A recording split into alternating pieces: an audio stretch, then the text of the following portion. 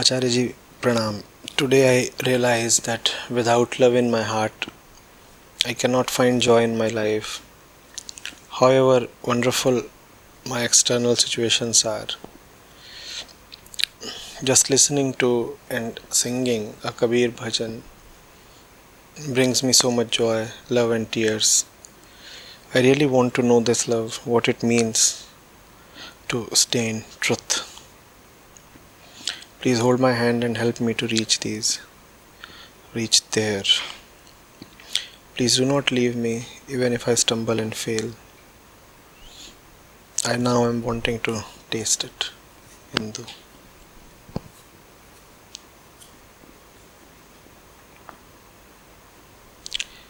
It's actually easy.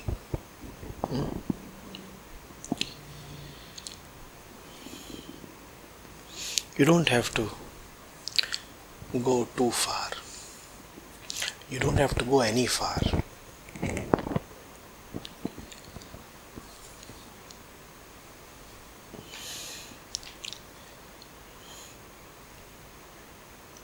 Start from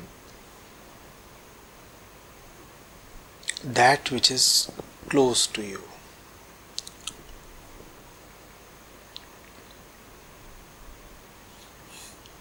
Start from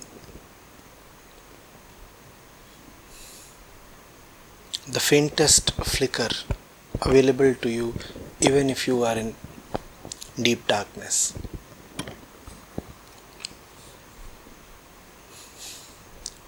Something must be available.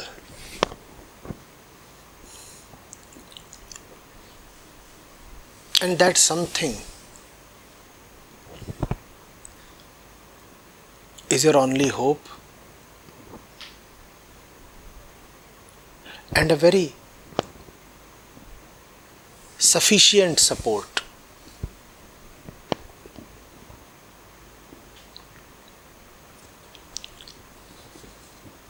Start from there.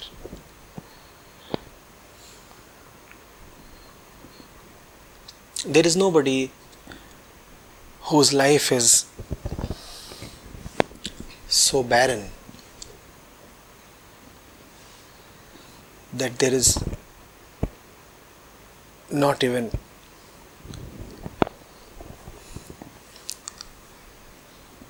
a faint ray of truth in it. To each of us,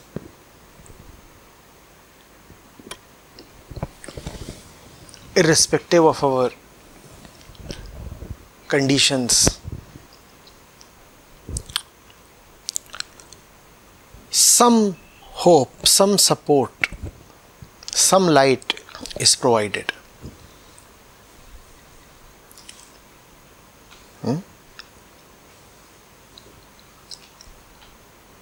Use that.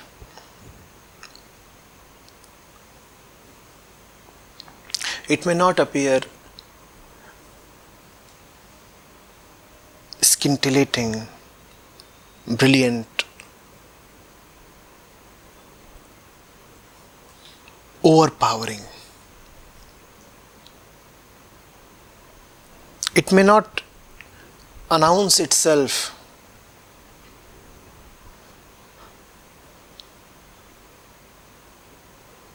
as the ultimate thing for you.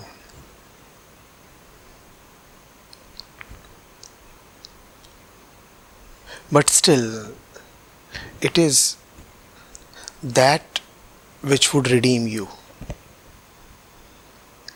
And you have no other way but to be committed to that little thing. Why do we ignore that little thing? 2 reasons.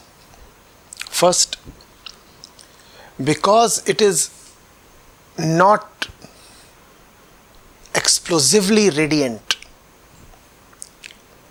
It is just a faint flicker. So it is not very distinguishable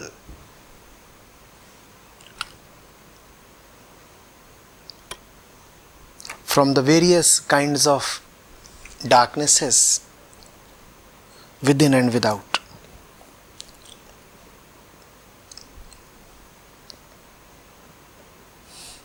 it does not shine very brightly. It is not easy to spot it. That's the first reason. And the second reason is we have concepts about absolute luminosity.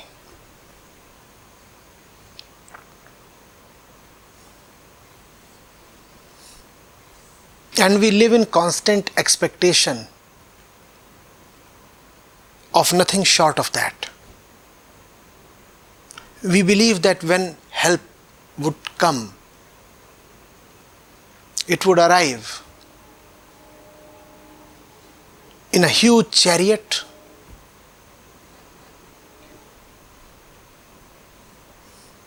carrying some effulgent god, and the god would descend and declare himself to me. And then I would know that help has arrived. So compared to this picture of help, compared to this concept of brightness, the little ray actually available to you appears very insignificant, very dim, fit to be contemptuously ignored. And so you ignore it.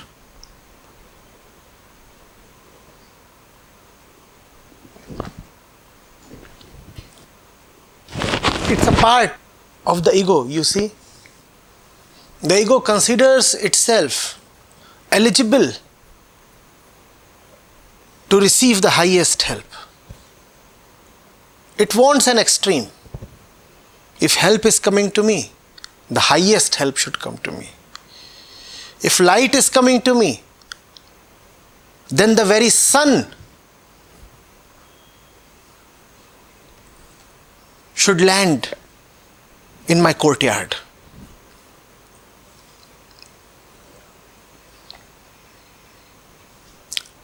Little flickers, they are not welcome.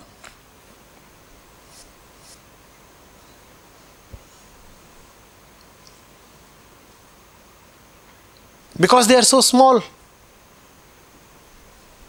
And I consider myself quite big. What does this big one have to do with small helps? So even those who are expectant of help and demanding help might go through their entire lives actually refusing help. And why would they refuse help? Because help is not coming in the glorious way you demand it to come.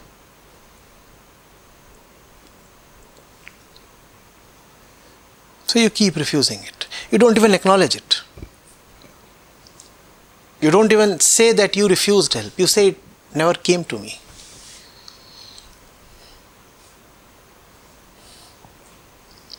And the real helper keeps wondering, but help did come to you. Help was sent to you. You turned it back.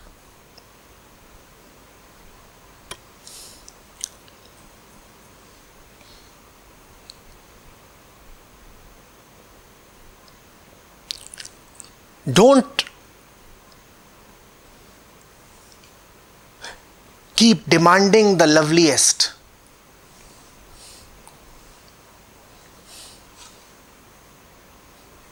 Just start with that which is lovely. Fine, you don't find anything lovely about your world? Everything is ugly? Then start with that which is the least ugly.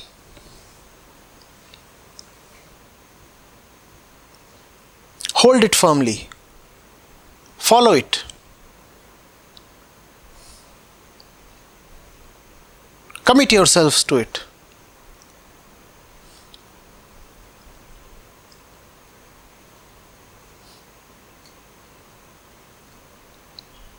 And then this thing which is just about lovely will take you to something a little more lovely than itself. You have stepped upon the next rung. And when you hold the hand of that which is lovelier than the one preceding it, then it brings you to something that is just a bit more lovelier than the preceding thing. And so on and so forth, you keep graduating. That's the way. And that's an easy way, because you can start out right now.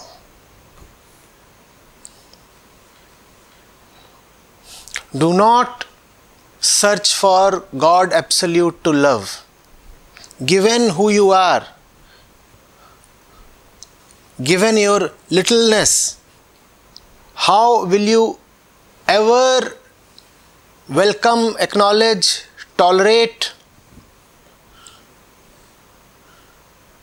God absolute?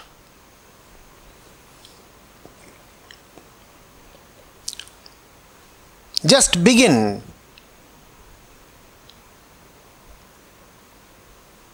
With whatever godly is available to you right now. Take that as your God.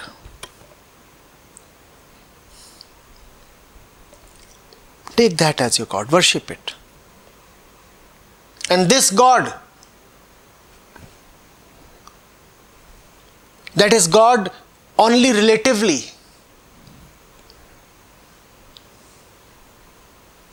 will one day take you to God absolute.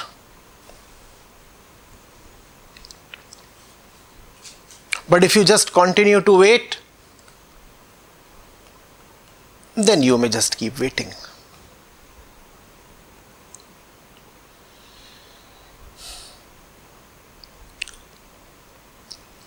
This is the reason saints have very practically said that they do not care much for the absolute truth.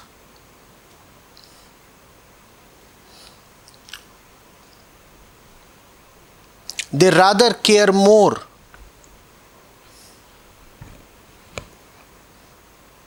for the one who can help them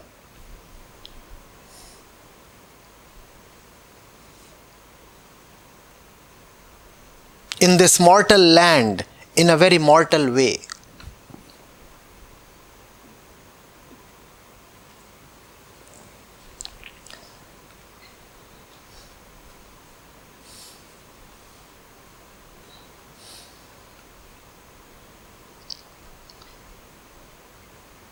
And that is love.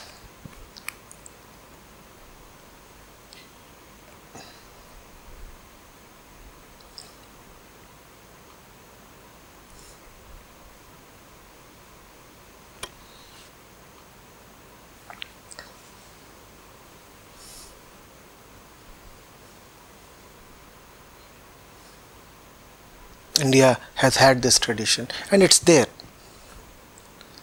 in the entire world. If you can locate even the footsteps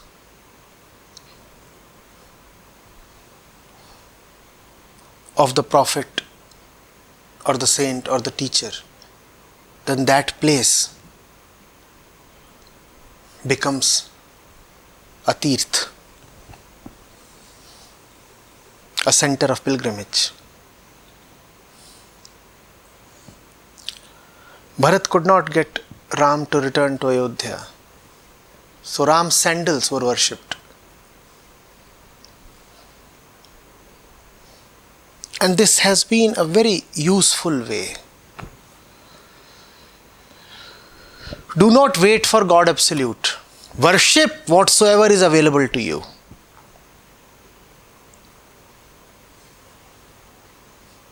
Because the absolute is not going to come down. And you have limited time.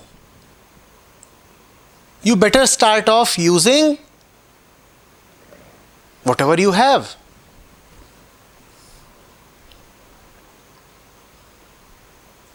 So here in Goa, they have preserved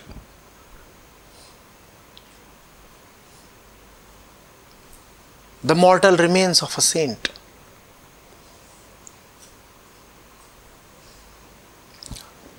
A few hair, body.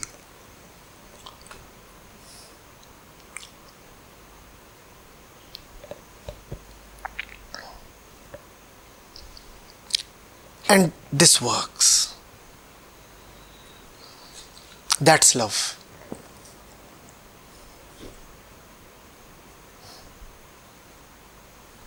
To be so very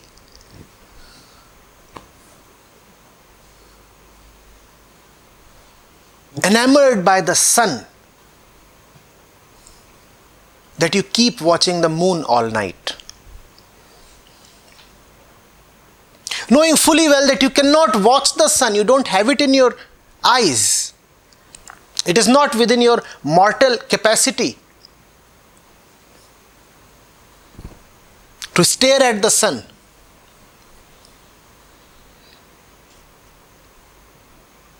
You keep watching the moon all night. That's love.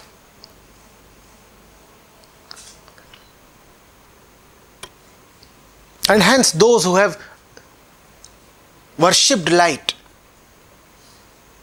have written great poems to the beauty of the moon, knowing fully well that the light of the moon is actually the light of the sun.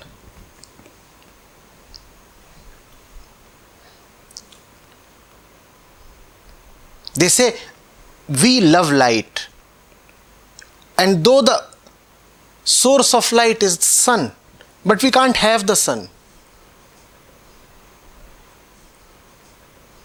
So in fact, practically, the moon is more lovable to us. Because at least we can look at the moon. We can have it. There is peace, there is coolness.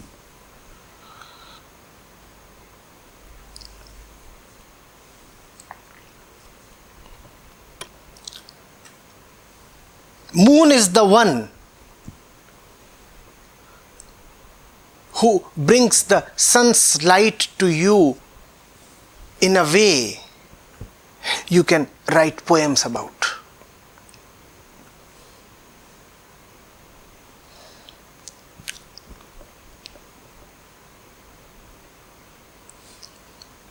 Love is not Puritan. Love is practical.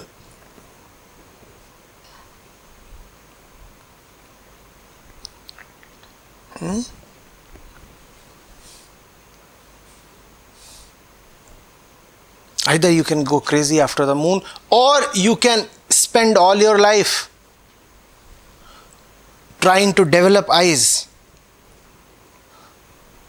that will lock horns with the sun. What do you prefer? The moon. And the moon is something you already have. Start.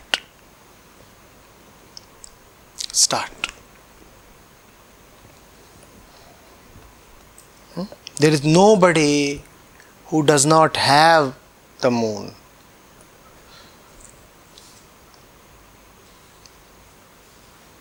It's just that some people have a full moon, some have a crescent, some have half a moon,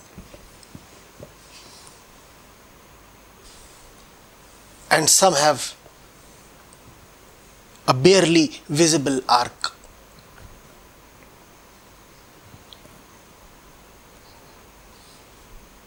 But everybody has something, start from there. That's your sun.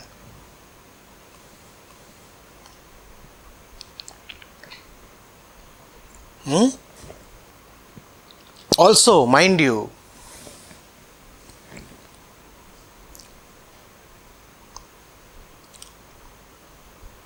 all moons have imperfections. That is another reason why man keeps waiting for the sun rather than start off with the moon. Because moons have imperfections. And those imperfections are very visible because moons can be stared at. Maybe the suns too have their imperfections, but they are never exposed. Why?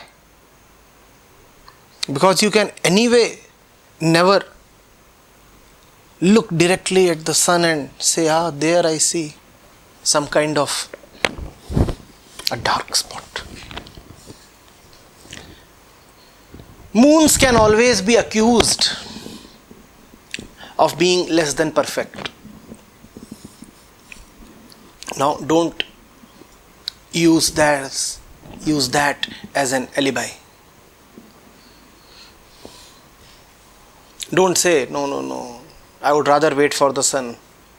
This moon is carrying spots. What are you in love with, light or spots? Light. So why can't you ignore the spots? Light is there and spots are there. What would you rather look at? Depends on what are you in love with. What are you in love with? But if you keep talking of the spots and the darkness, what does that show? That instead of the light, you are actually more concerned with the spots, and then you can have nothing.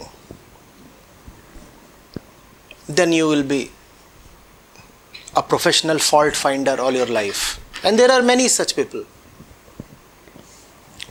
90% of their waking time is spent finding faults with the world. They only keep proving to themselves that they do not know any love. Because when you know love, you do not concern yourself with darkness. Then your primary concern is light. You say, I'm in so much love with light that I don't want to waste time on darkness. Who wants to talk about darkness? There is so much else to talk about.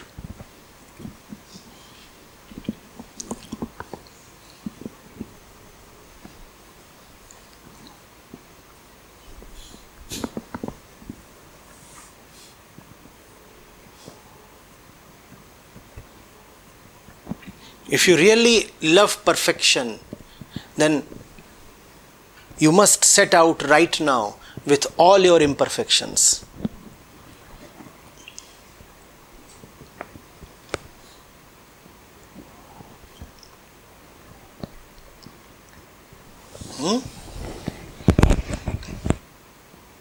It's a strange thing. The lover of perfection stops having problems with imperfection.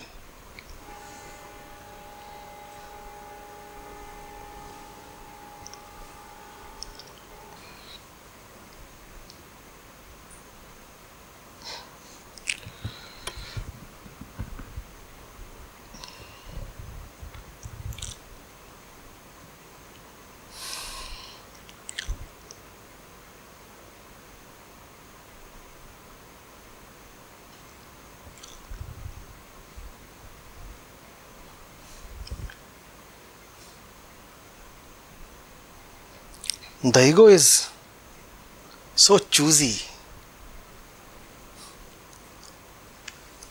Even in matters of love, it wants to choose the bestest truth.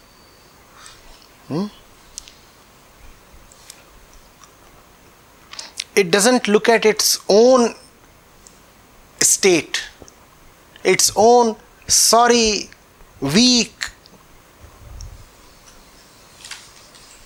blemished, dilapidated state. It wants to judge the truth. Yes, I want a perfect truth. And who are you? Look at yourself.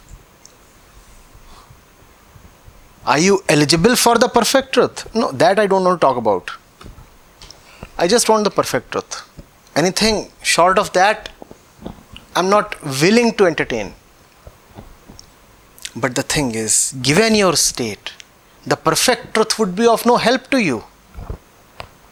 You can be helped only by somebody who has a bit of your imperfections. But the ego doesn't want to accept imperfections. So imperfect it is.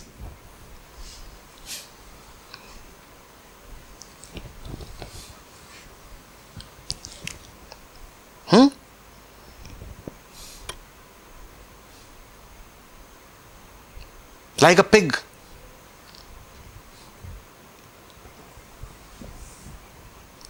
Just emerging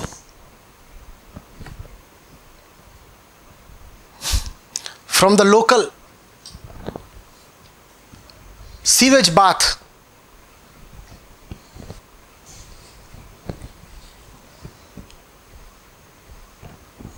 With the aromatic paste of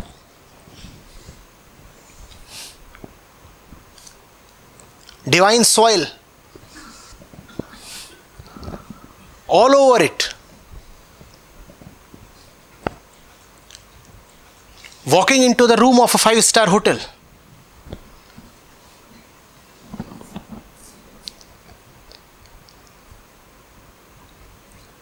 And complaining to the housekeeping.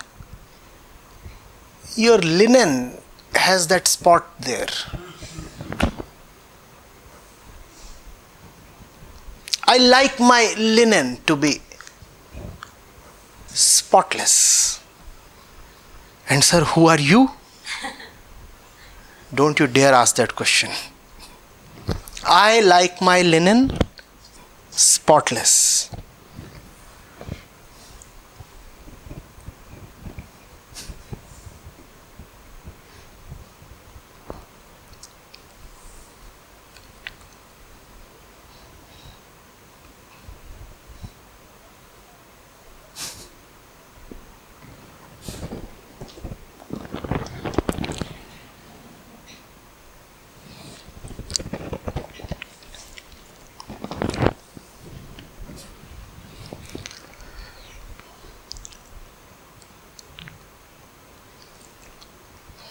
Be very honest about your state, your difficult predicament. Don't be so choosy. Accept whatever help that comes to you in whichever form. Be grateful for anything that relieves you even a little of your divine soil.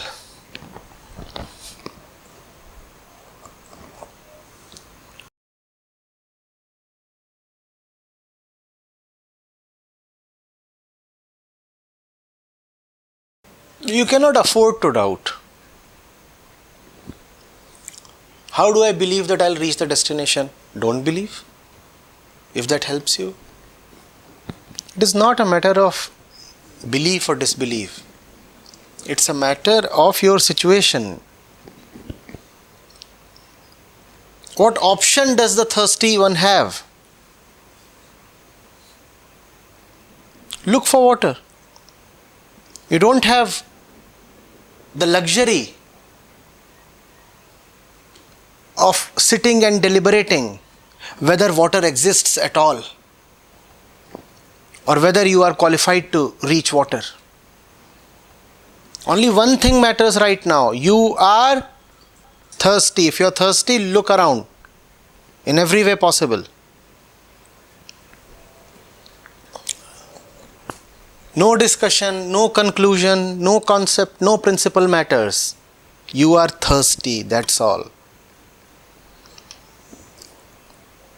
If conclusions can alleviate your thirst, go ahead, conclude. And that's why I'm saying you cannot afford doubt. Will doubts quench your thirst? Then why are you doubting? The thirsty one needs no principles, concepts, discussions, but what?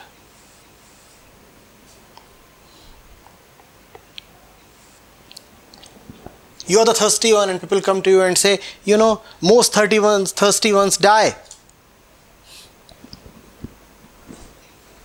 Only 1 in a million is able to get water, and he is called enlightened, or rather enwatered.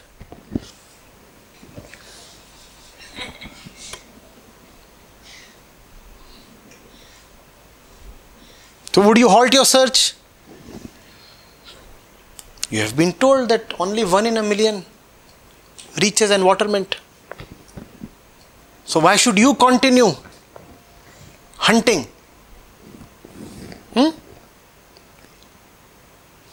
Just sit down and relax. Can you relax in your current condition? Can you? You cannot afford to. So keep searching. You have no option.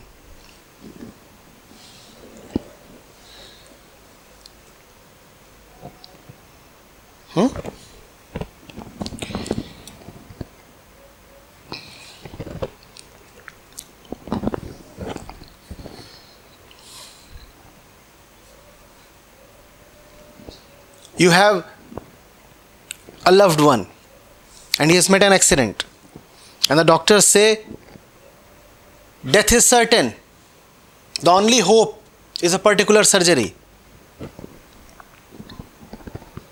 But the probability of success is 0.1%. Now, would you proceed with the surgery or not? You can't afford to not to. Even if the probability of success is slim, you still would. Now go ahead. It's you who is in the ICU.